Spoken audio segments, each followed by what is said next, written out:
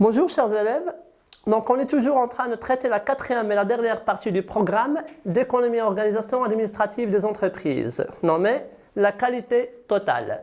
Aujourd'hui on va essayer d'aborder le deuxième chapitre de cette partie intitulé Mise en place de la démarche qualité totale. Ce chapitre se situe directement après celui de la conception de la qualité, dans lequel on avait défini la qualité, et avant celui de l'amélioration des actions de la qualité des services. Faisons d'abord un petit rappel. D'abord, on avait vu la notion de qualité. Celle-ci peut être définie comme étant le degré de satisfaction des besoins des utilisateurs ou la capacité d'un produit à satisfaire les besoins des utilisateurs. Ces besoins sont d'abord de trois niveaux. Donc, besoin en termes de performance, ça veut dire que le produit doit répondre exactement aux besoins du consommateur. Deuxièmement, en termes de coût, donc le consommateur il doit percevoir cette qualité en comparaison avec le prix qu'il va payer. Et troisièmement, en matière de délai. Donc, il ne doit pas y avoir de retard dans les relations avec les clients. Dans la deuxième partie, on avait vu les trois enjeux de la qualité. D'abord, les enjeux économiques relatifs à l'amélioration continue de la rentabilité. Deuxièmement, les enjeux commerciaux. Donc, c'est l'amélioration de l'image, c'est l'amélioration aussi de la compétitivité de l'entreprise. Et troisièmement, les enjeux sociaux relatifs à la motivation du personnel. Dans la troisième partie, on avait comparé entre les deux qualités. La qualité interne d'abord, relative à l'amélioration plutôt du fonctionnement de l'entreprise. Et deuxièmement, la qualité externe qui concerne le degré de satisfaction des clients. Aujourd'hui, le premier objectif serait de voir quelles sont les conditions permettant à une entreprise d'améliorer la qualité. Et deuxièmement, donc, essayer d'évaluer donc, le coût de la qualité et celui aussi de la non-qualité. Donc, dans la première partie, on va s'intéresser d'abord à la démarche de la qualité totale. Donc, on va essayer de définir cette démarche. Ensuite, on va essayer de voir quelles sont les règles pour atteindre la qualité totale. Troisièmement, on va voir quels sont les différents coûts relatifs à la qualité totale. Et finalement, quels sont les risques qui sont liés à la non-qualité ou non-respect de la qualité. Donc, cette notion de qualité totale, on l'avait définie dans la séance dernière comme étant une démarche qui a pour objectif la mobilisation de toute l'entreprise, ça veut dire du personnel, de la direction, de tout ce qui est à l'intérieur de l'entreprise pour parvenir à satisfaire le client ou pour parvenir à ce qu'on appelle une qualité totale. Donc, cette notion de démarche veut dire donc un ensemble d'actions qui sont menées par l'entreprise et qui visent trois éléments. Donc, il vise la satisfaction d'abord du client. Donc, le client, c'est le centre d'intérêt de l'entreprise. Donc, on cherche à satisfaire ses besoins. Deuxièmement, on cherche à satisfaire le personnel parce que, bien sûr, c'est un élément principal dans l'amélioration de la qualité totale. Donc, on doit essayer de le motiver, de satisfaire ses besoins. Et finalement, la satisfaction des besoins de l'entreprise elle-même, et qui sont bien sûr des besoins économiques et qui concernent généralement la rentabilité et les bénéfices de celle-ci. Donc, cette démarche de qualité totale, appelée aussi en anglais, donc appelée aussi management de la qualité totale, ou aussi en anglais, donc Total Quality Management, c'est une démarche qui était bien sûr qui avait apparu au Japon, donc au milieu du 19e siècle, dans l'usine de Toyota. Donc, c'est pour ça qu'on l'appelle donc le mouvement du toyotisme. Ce sont des auteurs, bien sûr, qui ont inventé pour la première fois cette notion de qualité totale, à l'aide bien sûr d'un ingénieur appelé Taishi Ohno. Donc Taishi Ohno avait bien sûr prouvé que la qualité, ou avait démontré que la qualité n'est pas à percevoir tout simplement dans la satisfaction du client. La qualité bien sûr doit accompagner l'entreprise depuis le début de son activité jusqu'à la fin, depuis aussi le début du processus de production jusqu'à la fin de ce processus. Ça veut dire qu'il doit commencer avec d'abord la conception du produit. Dans cette conception, l'entreprise doit donc respecter, donc il doit chercher à éliminer les causes des erreurs, à réduire bien sûr les risques d'erreur dès le départ. Ensuite, au niveau de la production, l'entreprise doit chercher à réduire les défauts, à essayer donc aussi d'améliorer la qualité de sa production. Dans la relation avec le client, à travers l'opération de vente, et aussi même après la vente avec le service après-vente. Cette amélioration de la qualité, bien sûr, doit être accompagnée tout le long du processus par un suivi qui concerne la production et aussi un contrôle au niveau de la fin de chaque étape. Donc, cette idée, bien sûr, du toyotisme a fait la différence entre l'ancienne conception, bien sûr, de la qualité, qui était relative à la conformité des produits, et on a commencé à parler donc d'une nouvelle conception de la qualité du travail. Cette nouvelle conception, bien sûr, est résumée dans 5 zéros qu'on va appeler donc les 5 zéros olympiques. D'abord, le premier zéro, c'est celui des défauts. Donc l'entreprise doit chercher à minimiser au maximum les défauts. Les défauts d'abord au niveau de la conception, au niveau de la production, etc. La deuxième partie doit concerner les pannes. Donc chaque panne, bien sûr, coûte à l'entreprise un ensemble de dépenses. Il faudrait donc réduire le nombre de pannes en maintenant les machines et le matériel de l'entreprise et donc en faisant une approche préventive. Troisième zéro, celui des délais. L'entreprise, bien sûr, doit réduire l'ensemble des délais, que ce soit les délais de livraison au client ou les délais qui existent entre les étapes de production. Quatrième élément à réduire ou à minimiser, c'est celui des stocks. Donc, par zéro stock, on ne veut pas dire que l'entreprise va supprimer totalement les stocks, mais tout simplement que l'entreprise doit réduire au maximum ses stocks. Il ne doit laisser que le stock nécessaire. Et finalement, le zéro papier. Bien sûr, par papier, on ne veut pas dire l'utilisation du papier, mais on veut dire bien sûr les procédures administratives. Donc pour passer l'information ou pour communiquer entre les différents services, donc on doit réduire l'utilisation du papier et on doit bien sûr essayer de créer une sorte de rapidité dans la communication et dans le passage entre les différents services. Donc ces 5 zéros nous permettent de souligner d'abord, ou de permettre d'abord de réduire les coûts.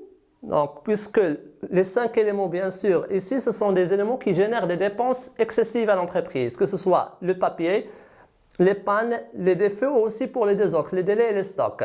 Donc, en minimisant ces 5 éléments, l'entreprise va essayer de réduire ses coûts de production. Et aussi, ils vont contribuer à une amélioration continue de la qualité. Cette amélioration, bien sûr, continue. Pour qu'elle soit continue, elle doit respecter un certain nombre de règles, qu'on va appeler donc les règles de la qualité. Ces règles sont au nombre de 10. Donc, bien sûr, les règles apparaissent bien sûr nombreuses, mais on va essayer de les expliquer une par une. D'abord, le processus commence par connaître les besoins du client. Il faudrait donc être à l'écoute du client, savoir de quoi il a besoin et essayer ensuite de satisfaire ses désirs. La deuxième étape, c'est celle de la recherche et l'élimination des erreurs. L'entreprise ne doit pas attendre, bien sûr, le début de la production pour commencer à éliminer les erreurs, mais elle doit les éliminer dès la conception. La troisième étape, dans laquelle l'entreprise essaie de définir les étapes de production. Donc, c'est l'étape de la planification qui détermine l'ensemble du processus. Donc, il doit déterminer de manière précise quelles sont les étapes et doit donc pouvoir réduire donc, les délais d'abord et pouvoir réduire les risques d'erreur. La quatrième, c'est celle de la recherche des moyens matériels. Par moyens matériels, on veut dire d'abord les matières premières qui seront utilisées. On veut dire aussi le matériel qui sera utilisé dans la production. Cinquièmement, l'entreprise doit essayer de produire au moindre coût, puisqu'il a déjà des préventions relatives au coût de production. Il a déjà défini de manière exacte les étapes de production. Donc, il doit essayer de respecter d'abord les exigences et ensuite de réduire les coûts de production. L'étape suivante, c'est celle de la réalisation d'un ou plusieurs essais. Donc, avant de pouvoir débuter la production, avant de produire en masse, il faudrait d'abord essayer le produit. Donc, on produit une, deux ou quelques unités, un nombre qui est réduit pour pouvoir essayer, pour voir est-ce qu'il n'y a pas de défaut ou est-ce que le produit est conforme aux exigences. L'étape suivante, c'est celui du respect des délais attendus. Bien sûr, c'est une étape qui a une relation avec les étapes précédentes. Donc, dans les processus de production et aussi dans l'achat des matières premières et dans la livraison des produits aux clients, l'entreprise ne doit pas faire de retard. Ensuite, donc, on va essayer de comparer les produits avec les exigences. Donc, puisqu'on a fait le départ, bien sûr, des besoins du client, le produit, bien sûr, qui est fabriqué doit être conforme à ses besoins. On doit donc faire une comparaison entre prévision et réalisation. La dernière étape, c'est celle de correction des erreurs. Cette comparaison nous permet de détecter quelles sont les erreurs qui peuvent exister, quelles sont donc les différences qui existent entre la prévision d'abord et la réalisation. La dernière étape nous fait revenir au point de départ. Donc, il s'agit donc de détecter les nouveaux besoins du client. Donc, puisque les besoins des clients changent et le client aussi essaie d'améliorer sans cesse son niveau de satisfaction et aussi ses besoins. Donc, on doit revenir au point de départ donc, pour déclencher un nouveau processus. Donc, ce sont les 10 règles, comme certains préfèrent les appeler, les 10 commandements de la qualité. Ces 10 commandements, bien sûr, ont été résumés ensuite dans ce qu'on appelle l'amélioration continue de la qualité, par un auteur qui s'appelle donc Deming et qui a travaillé pendant longtemps sur cette amélioration de la qualité, en inventant ce qu'il appelle une roue. Donc, il est appelé la roue de Deming. C'est la roue de l'amélioration continue de la qualité. Comme vous le voyez, cette roue se compose de 4 étapes qui résument les 10 règles de la qualité. La première étape, celle de la planification. Celle-ci permet à l'entreprise de détecter d'abord les besoins et de faire la conception du travail, donc pour prévoir tous les risques d'erreur et aussi les délais, les coûts, etc. La deuxième étape est celle de l'exécution. L'entreprise donc doit passer à l'acte, donc essayer de réaliser, de commencer à produire le produit. La troisième, c'est celle de la vérification. Dans cette étape, on essaie de comparer ce qu'on a planifié avec ce qu'on a fait. On essaie de comparer la conception avec l'exécution. Et donc, l'étape suivante sera celle de la correction des erreurs. On l'a appelé donc agir. Ça veut dire qu'on va essayer de corriger les erreurs effectuées lors de la production. Donc, comme vous le voyez, ces 4 étapes sont représentées sous forme d'une roue qui, bien sûr, augmente de manière continue. Et donc, pour ne pas revenir en arrière, l'auteur, bien sûr, a représenté une sorte de cale. Donc, la cale ici est représentée par l'expérience de l'entreprise. Dans chaque amélioration, il doit essayer de conserver le niveau atteint. Bien sûr, la qualité génère des coûts. Pour améliorer la qualité, on a besoin, bien sûr, d'impliquer le personnel, on a besoin de matériel, on a besoin d'un ensemble d'éléments. Ces éléments génèrent des coûts. Ces coûts, on va les diviser en 3 catégories.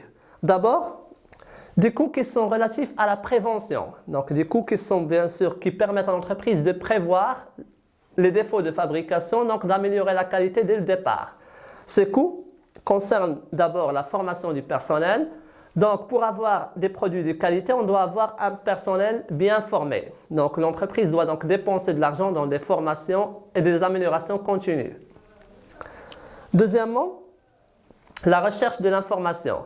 Donc, on avait dit dans les règles de la qualité que la première étape était celle de détection des besoins du consommateur. Pour pouvoir détecter ces besoins, on a besoin de faire de manière continue de recherche, des enquêtes, de distribuer des questionnaires sur le client pour savoir quels sont leurs besoins. Donc, c'est ce qui entre dans la partie de la recherche de l'information.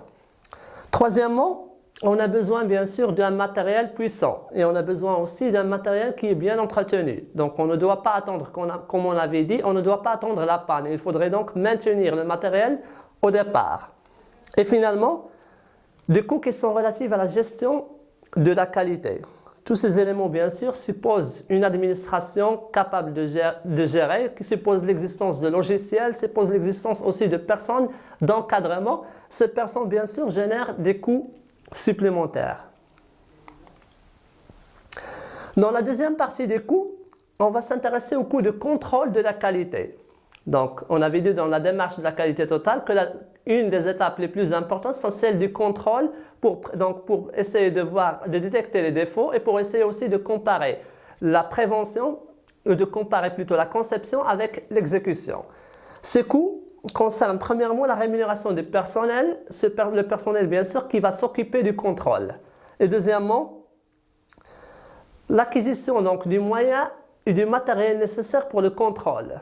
Donc ça dépend bien sûr de l'activité de l'entreprise. Il y a des entreprises qui ont besoin de faire des échantillons, des entreprises qui ont besoin parfois de faire des expériences en laboratoire, etc. Donc on a besoin d'un ensemble de matériel pour pouvoir contrôler.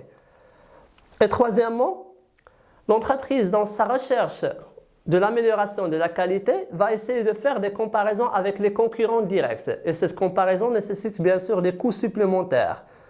Donc des études de satisfaction par exemple des clients, des comparaisons bien sûr avec les produits concurrents, etc. La troisième catégorie de coûts, c'est celle de la surqualité. La recherche parfois de la qualité peut devenir une obsession pour l'entreprise. Donc la recherche de la qualité amène l'entreprise à acheter donc de la matière première de la qualité la plus élevée et donc à dépenser de l'argent supplémentaire. Ça amène aussi à faire des contrôles excessifs. Donc, à chaque fois, donc, il doit répéter les contrôles pour essayer d'éviter les erreurs, ce qui amène donc des coûts et des charges supplémentaires. D'abord, en matière de personnel et ensuite en matière de composantes. Donc, les matières premières, les emballages, les moyens utilisés en général. L'entreprise donc dépense de l'argent dans ses moyens, dépense trop d'argent dans ses moyens donc, pour essayer de rechercher la qualité. Donc là, on a vu que la qualité, bien sûr, génère un ensemble de coûts, un ensemble de charges. Mais ça ne veut pas dire, bien sûr, qu'il ne faut pas rechercher la qualité parce que la non-qualité, il a aussi des charges, ou ce qu'on va appeler donc des risques qui sont liés à la non-qualité. Ces risques se divisent en deux catégories. D'abord, au niveau interne. La non-qualité, bien sûr, donc, suppose l'existence donc, de défauts de fabrication, va créer des frais supplémentaires, va engendrer donc des charges supplémentaires. Ces frais sont relatifs d'abord au retour de produits. Donc le nombre de personnes, le nombre de clients qui sont insatisfaits donc, va augmenter. Ces clients vont essayer de retourner le produit ou le marchandise acheté à l'entreprise. Donc ce qui va générer d'abord des frais de transport, aussi d'autres frais. Deuxièmement, des frais relatifs à la justice, parce que l'entreprise risque parfois de tomber dans des problèmes judiciaires et donc il doit payer des avocats, il doit payer des frais supplémentaires pour, bien sûr, pour répondre à ce problème. Troisièmement, question d'indemnisation. Donc l'entreprise, lorsqu'un client donc, va retourner la marchandise ou lorsqu'il est amené, bien sûr, dans un procès judiciaire, il doit devoir parfois rembourser la valeur du produit ou essayer d'indemniser le client. Et finalement, deuxièmement, donc, des coûts qui sont liés à la non-qualité, mais au niveau cette fois externe. Ces coûts concernent premièrement les réclamations des clients. Donc, lorsque le client est insatisfait, donc, il va commencer à réclamer. On a besoin donc de personnes qui vont recevoir ces réclamations. Et on a besoin aussi de faire des corrections, ce qui va engendrer un ensemble de coûts. Deuxièmement, la détérioration de l'image. L'entreprise, lorsqu'il va recevoir bien sûr un ensemble d'appels, lorsque le client découvre que les produits sont de mauvaise qualité, ça va commencer à diminuer, à réduire donc l'image de l'entreprise sur le marché. Troisièmement, donc, la réduction donc, l'augmentation du niveau d'insatisfaction des clients va se traduire directement par une diminution des ventes et donc une diminution du chiffre d'affaires de l'entreprise. Donc avant de terminer ou de clôturer la séance, on va essayer d'abord de faire un petit résumé. Donc dans cette partie, on avait vu d'abord la notion de démarche qualité totale, qui veut dire l'ensemble des actions qui sont menées par l'entreprise pour améliorer la qualité.